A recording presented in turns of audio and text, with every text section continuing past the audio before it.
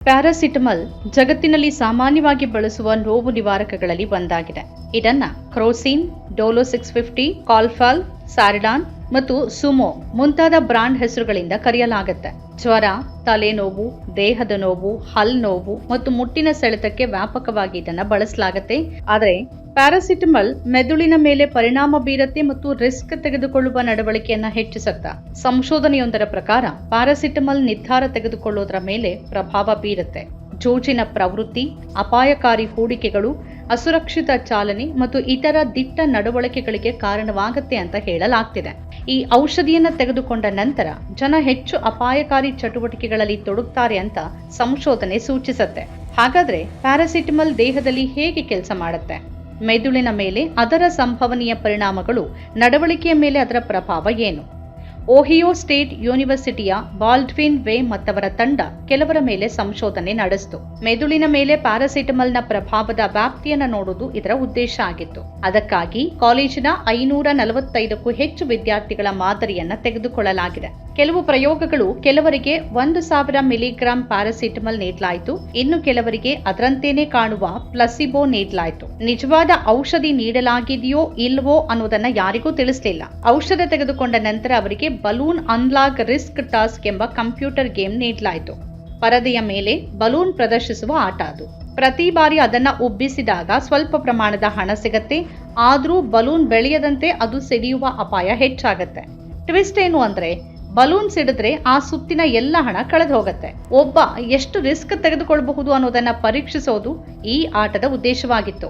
Paracetamol ಸೇವನೆ ಮಾಡಿದವರು balloon ಅನ್ನ ಹೆಚ್ಚು ಬಾರಿ ಪಂಪ್ ಮಾಡಿದ್ರು ಮತ್ತು ಅವರ ಉಬ್ಬಿಸಿದ ಬಲೂನ್ಗಳು ಬಹುತೇಕ ಸಿಡಿದ್ವು. ಆದರೆ ನಕಲಿ ಮಾತ್ರೆ ಪ್ಲಸಿಬೋ ತೆಗೆದುಕೊಂಡವರು ಹೆಚ್ಚು ರಿಸ್ಕ್ ಅನ್ನ ತೆಗೆದುಕೊಳ್ಳದೆ ಅವನ್ನ ಬೇಗನೆ ನಿಲ್ಲಿಸಿದ್ರು. ನಂತರ ಸಂಶೋಧಕರು ನಿಜ ಜೀವನದ ಸನ್ನಿವೇಶಗಳ ಬಗ್ಗೆ ಕೇಳಿದ್ರು. ಅವರು ಒಂದಿಡೀ ದಿನದ ಸಂಬಳವನ್ನ ಜೂಜಾಡ್ತಾರಾ? ಅವರು ಸೀಟ್ ಬೆಲ್ಟ್ ಇಲ್ಲದೆ ವಾಹನ ಚಲಾಯಿಸಬಹುದಾ?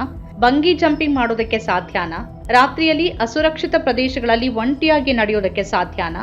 ಇತ್ಯಾದಿಗಳನ್ನ ನೋಡಿದ್ರು. ಪ್ಯಾರಾಸಿಟಮಲ್ ತೆಗೆದುಕೊಂಡವರು ಅಂತಹ ಸಂದರ್ಭಗಳನ್ನ ಅಪಾಯಕಾರಿ ಅಂತ ಭಾವಿಸಲಿಲ್ಲ. ಅವರೆಲ್ಲ ಹಿಂಜರಿಕೆ ಇಲ್ಲದೆ ಅಪಾಯಕಾರಿ ನಿರ್ಧಾರಗಳನ್ನ ತೆಗೆದುಕೊಂಡ್ರು. ಇದರರ್ಥ ಪ್ಯಾರಾಸಿಟಮಲ್ ತೆಗೆದುಕೊಂಡ ನಂತರ ಮೆದುಳಿನಲ್ಲಿ ಭಯ ಮತ್ತು ಆತಂಕ ಕಡಿಮೆಯಾಗುತ್ತೆ. ವಾಸ್ತವವಾಗಿ ನಮ್ಮ ದೇಹ ಗಾಯ, ಊತ, ಜ್ವರ ಅಥವಾ ಒತ್ತಡವನ್ನ ಅನುಭವಿಸಿದಾಗಲೆಲ್ಲ ನೋವು ಉಂಟು ಮಾಡುವ ರಾಸಾಯನಿಕಗಳು ಬಿಡುಗಡೆಯಾಗುತ್ತೆ. ಈ ರಾಸಾಯನಿಕಗಳ ಕೆಲಸ ಏನು ಅಂದ್ರೆ, ನರಗಳ ಮೂಲಕ ಮೆದುಳಿಗೆ ಏನೋ ತಪ್ಪಾಗಿದೆ ಅಂತ ಸಂಕೇತಗಳನ್ನ ಕಳಿಸೋದು.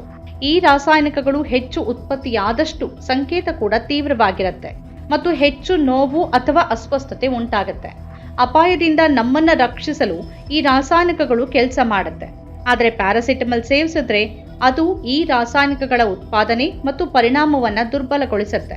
ನೋವು ಮತ್ತು ಅಸ್ವಸ್ಥತೆ ಎರಡೂ ಇದ್ರೂ ಅದರ ಸಂದೇಶ ಮೆದುಳಿಗೆ ತಡವಾಗಿ ತಲುಪತ್ತೆ. ಹಾಗಾಗಿ ಆ ನೋವಿಗೆ ಪ್ರತಿಕ್ರಿಯಿಸೋಕೆ ದೇಹವನ್ನ ಸಜ್ಜುಗೊಳಿಸೋದಕ್ಕೆ ಸಾಧ್ಯ ಆಗೋದಿಲ್ಲ. ಅಪಾಯ ಇದ್ರೂ ಅದರ ಬಗ್ಗೆ ಭಯ ಇರೋದಿಲ್ಲ. ಹೆಚ್ಚು ಆತ್ಮವಿಶ್ವಾಸ ಅಥವಾ ಕೆಲವೊಮ್ಮೆ ಅಸಡ್ಡೆ ತೋರಿಸಬಹುದು. ಈ ಔಷಧಿಯನ್ನ ಹೆಚ್ಚು ಜನ ವಿವೇಚನೆ ಇಲ್ಲದೆ ಸೇವನೆ ಮಾಡೋದ್ರಿಂದ ಅವರು ಹೆಚ್ಚು ಅಪಾಯಗಳಿಗೆ ಒಡ್ಡಿಕೊಳ್ಳಬಹುದು ಎಂಬುದನ್ನ ಈ ಸಂಶೋಧನೆ ಕಂಡುಕೊಳ್ತು. ಆದರೂ ಅನೇಕರು ಈ ಸಂಶೋಧನೆಯನ್ನ ತಿರಸ್ಕರಿಸಿದ್ದಾರೆ. ಈ ಅಧ್ಯಯನ ಹೆಚ್ಚಾಗಿ 18 ರಿಂದ 25 ವರ್ಷ ವಯಸ್ಸಿನ ಯುವ ಕಾಲೇಜು ವಿದ್ಯಾರ್ಥಿಗಳನ್ನ ಒಳಗೊಂಡಿತ್ತು ಅನ್ನೋ ಕಾರಣ ನೀಡಲಾಗಿದೆ. ಈ ಪ್ರಯೋಗವನ್ನ ವೃದ್ಧರು, ಮಕ್ಕಳು ಮತ್ತು ದೀರ್ಘಕಾಲದ ನೋವಿನಿಂದ ಬಳಲ್ತಿರುವ ರೋಗಿಗಳ ಮೇಲೂ ನಡೆಸೋದು ಮುಖ್ಯ ಎನ್ನಲಾಗಿದೆ. ಯುವಕರಲ್ಲಿ ಸಾಮಾನ್ಯವಾಗಿ ರಿಸ್ಕ್ ತೆಗೆದುಕೊಳ್ಳುವ ಸ್ವಭಾವ ಇದ್ದೇ ಇರುತ್ತೆ. ಯಾಕಂದ್ರೆ ಅವರ ಮೆದುಳಿನ ನಿರ್ಧಾರ ತೆಗೆದುಕೊಳ್ಳುವ ಭಾಗ ಸಂಪೂರ್ಣ ಪ್ರಬುದ್ಧವಾಗಿರೋದಿಲ್ಲ. ಇದಲ್ಲದೆ ಈ ವಯಸ್ಸಿನವರಲ್ಲಿ ಡೋಪಮೈನ್ ಹೆಚ್ಚು ಪ್ರಚಲಿತವಾಗಿದೆ.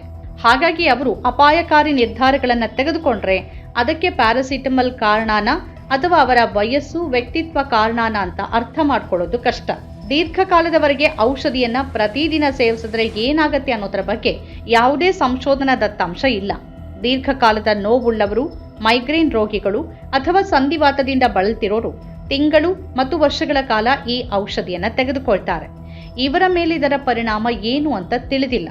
ಅಲ್ಲದೆ ಬಲೂನ್ ಅನ್ಲಾಕ್ ರಿಸ್ಕ್ ಟಾಸ್ಕ್ನಲ್ಲಿ ಬಲೂನ್ ಮತ್ತು ಹಣ ಎರಡೂ ವರ್ಚುವಲ್. ಆದ್ರಿಂದ ಇದನ್ನ ಚಾಲನಾ ಅಪಘಾತಗಳು ಅಥವಾ ಆರ್ಥಿಕ ನಷ್ಟದಂತಹ ನಿಜ ಜೀವನದ ಸಂದರ್ಭಗಳಿಗೆ ನೇರವಾಗಿ ಲಿಂಕ್ ಮಾಡೋಕೆ ಸಾಧ್ಯವಿಲ್ಲ ಅನ್ನೋದು ಮತ್ತೊಂದು ತಕರಾರು. ಆದ್ರಿಂದ ಈ ಸಂಶೋಧನೆಯನ್ನ ಮಾನ್ಯ ಅಂತ ಪರಿಗಣಿಸಬೇಕಾ ಅಥವಾ ಬೇಡವಾ ಅನ್ನೋದು ಪ್ರಶ್ನೆ.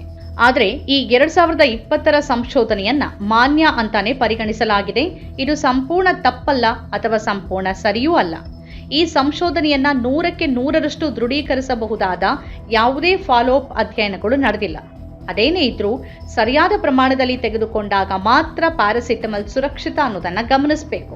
ಪ್ರಿಸ್ಕ್ರಿಪ್ಷನ್ ಇಲ್ಲದೆ ಈ ಔಷಧಿಯನ್ನ ತೆಗೆದುಕೊಳ್ಳೋದನ್ನ ತಪ್ಪಿಸಬೇಕು ಅಂತ ಪರಿಣಿತರು ಹೇಳ್ತಾರೆ. ಯಾಕಂದ್ರೆ ಇದು ಹಾನಿಕಾರಕ ಆಗ್ಬೋದು. ಕೆಲವು ಅಧ್ಯಯನಗಳು ಇದು ಯಕೃತ್ತಿನ ಮೇಲೆ ಪರಿಣಾಮ ಬೀರುತ್ತೆ ಅಂತಾನೂ ಹೇಳಿವೆ.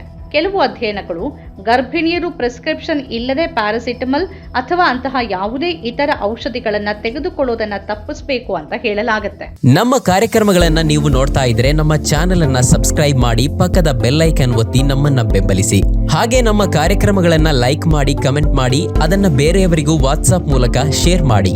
ನೀವು ಹೀಗೆ ಮಾಡಿದಾಗ ನಮ್ಮ ಚಾನೆಲ್ ಇನ್ನಷ್ಟು ಮತ್ತಷ್ಟು ಜನರಿಗೆ ತಲುಪಲು ನೀವು ನಮ್ಮೊಂದಿಗೆ ಸಹಕರಿಸಿದ ಹಾಗಾಗುತ್ತೆ. ಇದು ನೀವು ಯಾವುದೇ ಖರ್ಚಿಲ್ಲದೆ ಕೆಲವೇ ಸೆಕೆಂಡುಗಳಲ್ಲಿ ನೀಡಬಹುದಾದ ಸಹಕಾರ. ಧನ್ಯವಾದಗಳು.